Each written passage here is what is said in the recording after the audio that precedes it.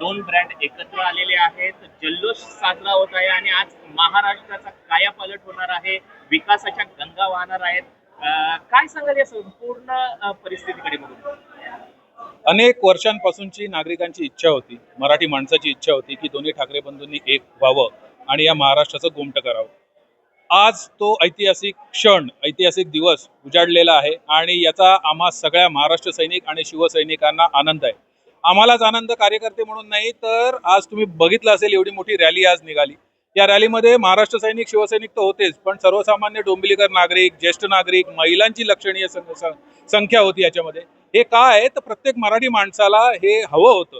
ठाकरे बंधूंनी एक व्हावं ही प्रत्येकाची इच्छा होती आणि ती आज कुठेतरी पूर्ण झालेली आहे. त्यामुळे आगामी महानगरपालिका निवडणुकीच्या दृष्टिकोनातून हे दोन्ही पक्षांसाठी ही खूप चांगली बाब आहे. सर, ह्या संपूर्ण एकत्र येण्यानंतर विरोधकांच्या पायाखालची वाळू सरकलेली आहे. आता एवढ्या मोठ्या नेत्यांवर बोलणं एवढा मी मोठा नेता नाहीये, परंतु आम्ही असं ऐकलं की 4 ते 5 तास मॅरेथॉन अशी बैठक काहीतरी ठाण्यामध्ये झाली भारतीय जनता पक्ष आणि शिंदे गटाची. आणि हे फक्त युती अजून ऑफिशियली डिक्लेअर पण झाली नव्हती. त्याच्या आधीच यांची बांधाबाण आवरावर सुरू आहे. यांना काय जास्त यश आता या महानगरपालिकेत मिळणार नाहीये, कारण हा एक स्ट्रॉंग पर्याय, ठाकरे बंधू हा एक स्ट्रॉंग पर्याय मराठी माणसासमोर आज उभा आहे. म्हणजे तुम्हाला आठवत असेल 2010ला महाराष्ट्र नवनिर्माण सेनेची लाट होती, 2015ला मोदी लाट होती आणि 15 नंतर आता 2025ला डायरेक्ट निवडणुका होत आहेत.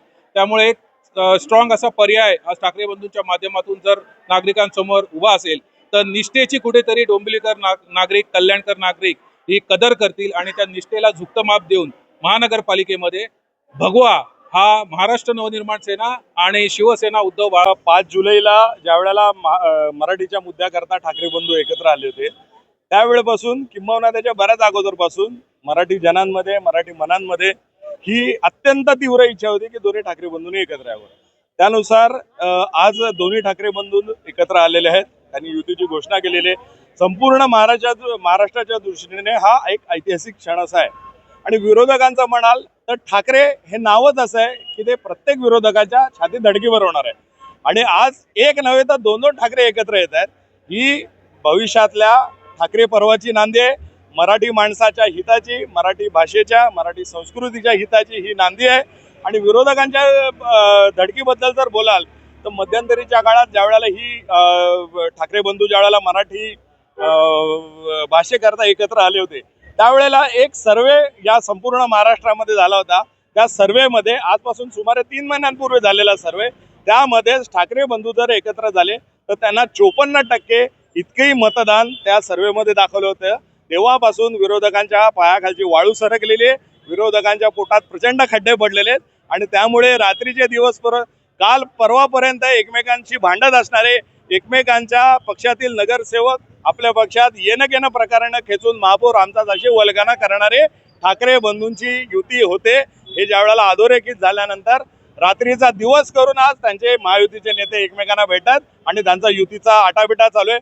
परंतु दोन्ही ठाकरे बंधूंच्या वादळासमोर समोरचे विरोधक हे पालापाचोळ्यासारखे उघडून जातील आणि तमाम महाराष्ट्र ठाकरे बंधूंच्या पाठीशी ठामपणे उभा राहील. आणि येत्या भविष्य काळात मराठी माणूस, मराठी भाषा, मराठी संस्कृती आणि मराठी अस्मिता यांच्या हिताकरताच ठाकरे म्हणा किंवा मनसेचे कार्यकर्ते आणि विशेषतः महिला कार्यकर्त्या खूप मोठ्या प्रमाणात आम्ही म्हणजे आनंद उत्सव आम्ही साजरा करतोय.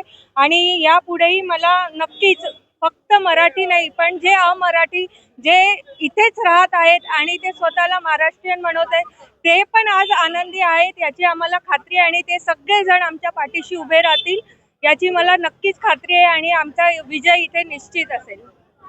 सांगायच्या बद्दल मला माझ्या माध्यमातून, तुमच्या माध्यमातून तुम्ही दाखवा की आज जी काय सगळ्यांची इच्छा होती मनातली, अनेक वर्षापासून ती इच्छा होती आणि शेवटी म्हणतात ना, ठाकरे ब्रँड इज ब्रँड आणि डीएनए आमचा एकच आहे. मनसे असो का शिवसेना असो, आज तो डीएनए एकत्र झालेला आहे. आणि यंदा येणाऱ्या महानगरपालिकेला जे काही युवक वर्ग असेल किंवा मराठी माणूस असेल किंवा दुसरे जे काही आपले हिंदुत्वावरती जे आमचे विषय आहे, जेवढे पण हिंदू असतील, मराठी लोक असतील, युवा असतील, सगळे आमच्या सोबत आहेत आणि येणाऱ्या महानगरपालिकेमध्ये त्याचा दणका आम्ही निश्चित दाखवून देऊ.